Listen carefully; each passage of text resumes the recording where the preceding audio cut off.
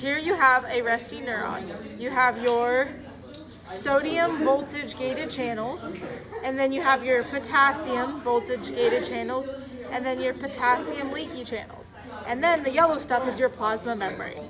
And inside you have more abundance of potassium ions, and on the outside you have a more abundance of sodium ions. And here you have your sodium gated voltage channel, which brings the sodium inside. And you have your potassium voltage gated ions that bring your potassium ions to the outside. And the energy levels of your resting neuron is 70 millivolts. The next process is depolarization. This is where you have a stimulus, which we have learned that it's the acetylcholine that binds to this and opens up the channel, which sends a signal to open up all of your sodium voltage gated channels. And as those open, your sodium ions move through them.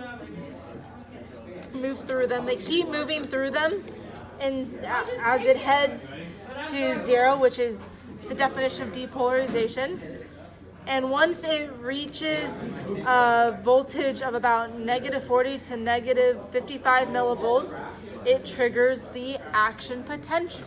The next step is the rising phase of action potential. So you have your sodium voltage gated channels are still open, and they continue to send your sodium inside. And the potassium voltage gated channels remain closed. And depolarization continues inside the membrane until positive versus the outside, which becomes more negative. So we have some more going in.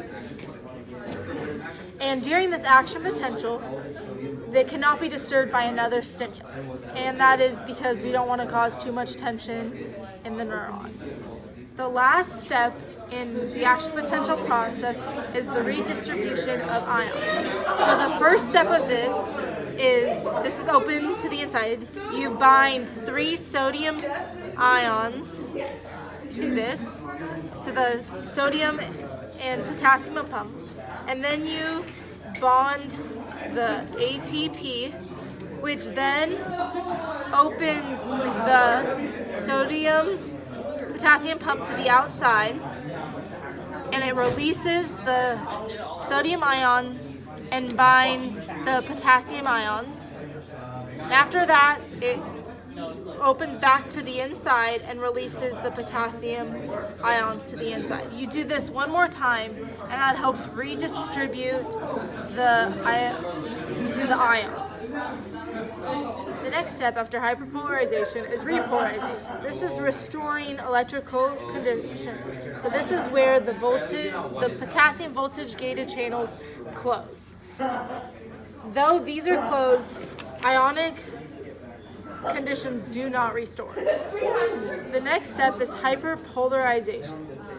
This is where the voltage gated channels begin to reset back to the original position. So these fully close, they're not halfway closed anymore, they fully close. Let's look at these fully closed.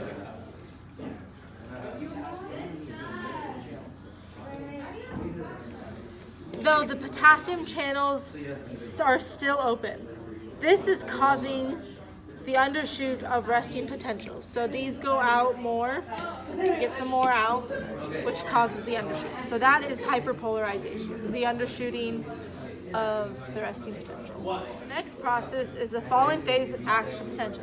This is where the voltage-gated sodium channels inactivate and close. So you gotta close all of them. And the voltage-gated potassium channels open.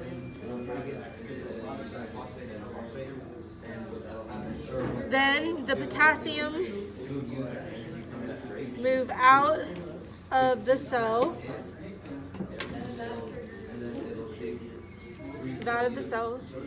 causing the voltage of the membrane to fall. It's only a stronger than normal stimulus can reopen the voltage-gated sodium channel, so they stay closed unless another stimulus. And that is the falling phase of action potential.